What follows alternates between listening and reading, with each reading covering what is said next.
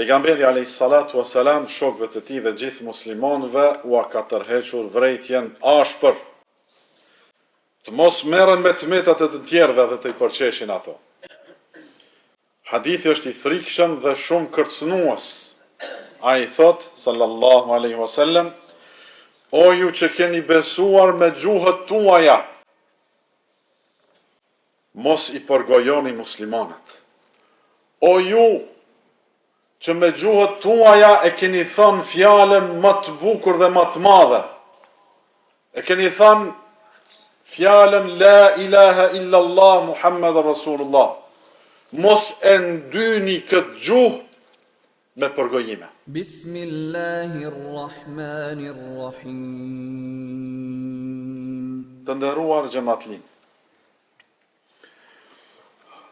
Një ndër smundjet dhe mëkatet që ja prishin njeriut jetën e kësaj bote dhe jetën e botës tjetër,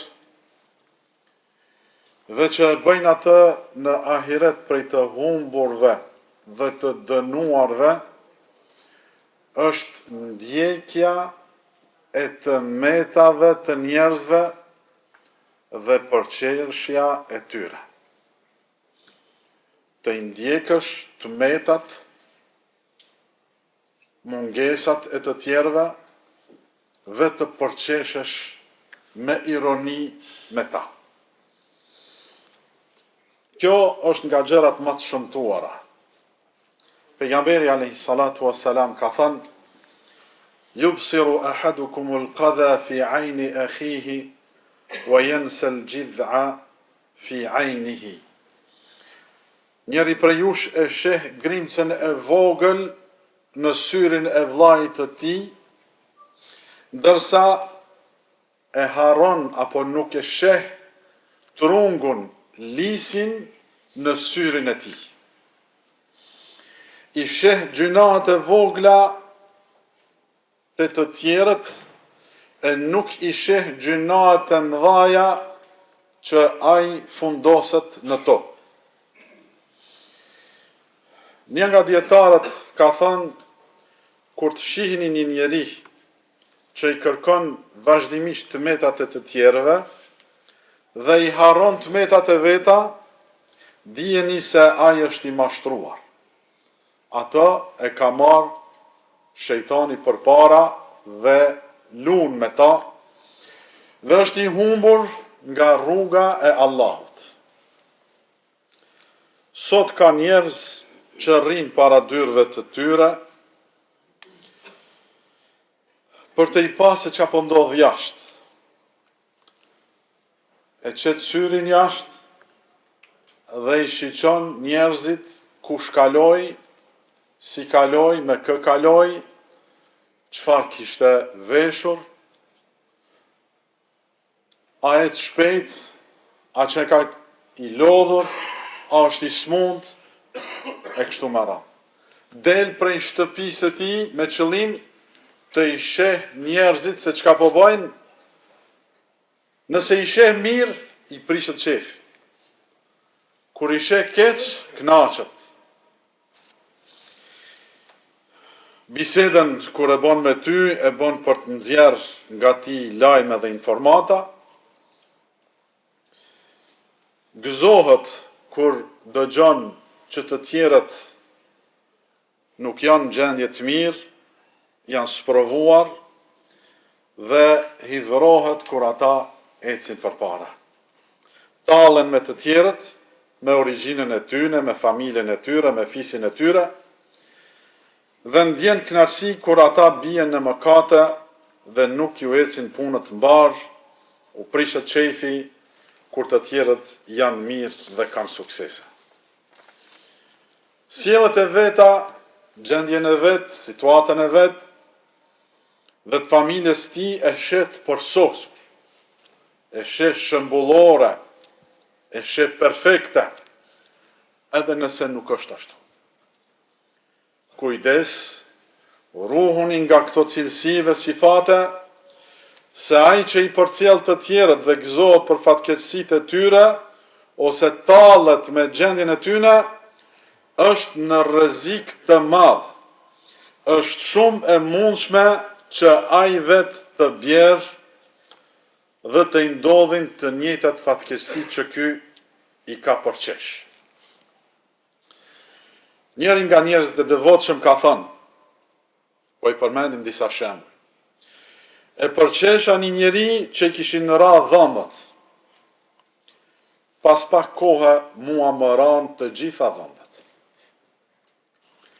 Një tjetër thot, e përqesha një njeri që kishte humbur pasuri, kishte qenë i pasur dhe e kishte humbur të gjitha. E përqesha, më pas u varfrova edhe më shumë se ai. Ibrahim an-Nakhai ka thënë, e shoh ndonjë të keqe tek të tjerët që e urrej, por ajo që më pengon të flas për ta është frika se mos po sprovohem me të njëjtën gjë, duke i parë të tjerët se çka ka ndodhur. Ndërsa Ibrahim Ismail al-Harawi ka thënë, çdo tmet me të cilën e përqesh vllain tënd, ajo do të kthehet një ditë tek ti. Ai njeri që merret me tmetat e njerëzve dhe e harron veten, i harron tmetat e veta, ai njeri nuk është normal. Njeriu normal merret me punët e veta, nuk flet për të tjerët, gjithmonë i kërkon tmetat e veta për të i përmirësuar dhe për të u bërë më i mirë. Kur dëgjon se diku i pas ka ndodhur një keqe, lutë Allahun ta liroj atë nga ajo keqe dhe lutë për ty të ruaj nga ajo që ka goditur ata. Bën dua, thoj, o Allah, liroja, largoja sprovën atij dhe më ruaj edhe mu nga ajo sprovë që ata ka kapur. Kështu duhet me vepru. Gjithashtu bën dua që Allahu mos të sprovoj me sprova që të kënaqen armiqtë e tu me gjendjen tënde. Pejgamberi alayhis salatu wassalam ka bërë dua në këtë formë. Transmetohet që yata'awwadhu min jahdi al-bala wa daraki ash-shaqa wa su'i al-qada wa shamatati al-a'da. Kërkonte mbrojtje nga vështirësitë e sprovës, nga situata e mjeruar, nga caktimi i keq dhe nga gëzimi i armiqve për fatkeqësi. Gjithashtu nga duat e tij ka qenë, o Allah, më bëj që armiku apo ziliqari, apo mos më bëj që armiku apo ziliqari të gëzohet me fatkeqësinë time. Pejgamberi alayhis salatu wassalam shokëve të tij dhe gjithë muslimanëve u ka tërhequr vërejtjen ashpër. Të mos merren me tmetat e të tjerëve dhe të i përqeshin ato. Hadithi është i frikshëm dhe shumë kërcënues. Ai thot, sallallahu alaihi wasallam, o ju që keni besuar me gjuhët tuaja, mos i përgojoni muslimanët. O ju që me gjuhët tuaja e keni thënë fjalën më të bukur dhe më të madhe. E keni thënë fjalën la ilaha illallah Muhammed Rasulullah. Mos e ndyni këtë gjuhë me përgojime.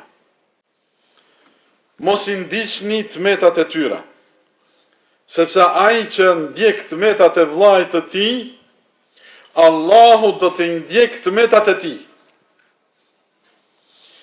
Dhe kujt Allahu janë ndjek tmetat, do ta turproj edhe brenda shtëpisë së tij. Mos i përcjell tmetat e të tjerëve, se Allahu do t'i përcjell tmetat tua dhe do të zbuloj, do të shploj dhe do të turpnoj në shtëpinë tënde, brenda shtëpisë tënde. Kështu ka thënë pejgamberi alayhis salam. Dhe subhanallahu sa shumë raste kemi dëgjuar kur është përqesh me të tjerët me situatën e të tjerëve, mas një kohë ky është bërë dhe më keq se ai. Janë të shumta dhe secili prej jush i dini rastet. Abdullah ibn Umeri radiallahu anhu ka thënë, në Medinë kishte disa njerëz që kishin tmeta. por ata heshtnin, nuk folnin për tmetat e njerëzve, për tmetat e të tjerëve. U interesonin tmetat e tyre. Dhe Allahu bëni që njerëzit të heshtnin ndaj tmetave të tyre, kështu që vdiqen pa u përmendur tmetat e tyre dhe pa u bën horr. Ndërsa kemi pa të tjerë që nuk kishin tmeta të dukshme, të mëdhaja. Mirë po ata filluan të flasin për tmetat e njerëzve. Allahu u ashfaqi atyre tmetat dhe ata vazhduan të njiheshin me ato tmeta derisa vdiqen të bëm horr. Prandaj është domosdoshme që të kujdesemi për përmirësimin e vetvetes tonë dhe të merremi vetëm me tmetat tona. Nuk duhet ta nënçmojmë askënd, cila do qoftë gjendja e tij, sepse të gjithë kemi gabime, të gjithë kemi mangësi dhe tmeta. Besimtari, çfarë duhet të bëj kur t'i shet të tjerët keq, në gjendje jo të pëlqyeshme? Ai duhet të lutet që Allahu të udhëzoj dhe t'u largoj të këqijat. Të i këshilloj me urtësi nëse jepet mundësia. Dhe më së paku t'ja mbuloj gjunahet dhe tmetat e tyre. Pra këto 3 gjëra, po i përsëris. Të lutet që Allahu të i udhëzoj dhe t'u largoj të këqijat, të i këshilloj me urtësi dhe butësi nëse u jepet mundësia, dhe më së paku të i mbuloj gjunahet dhe tmetat e tyre. Pejgamberi alayhis salatu wassalam ka thënë: "Men satara musliman satarahu Allah yawm al-qiyamah." Ai që ja mbulon tmetat një muslimani, Allahu do t'ja mbuloj tmetat atij ditën e gjykimit. Kush dëshiron që sprovat të mos kthehen mbi ta, mos ta zbuloj atë që është i mbuluar dhe mos të gëzohet për atë që ka rëshqitur në gabime. Lutim Allahun azza wa jall të na falë dhe të na mëshiroj. Na përmirësoj situatën tonë, na përmirësoj moralin dhe sjelljen tonë, na përmirësoj imanin dhe besimin tonë. Aqulu ma tasma'una wastaghfirullaha li wa lakum.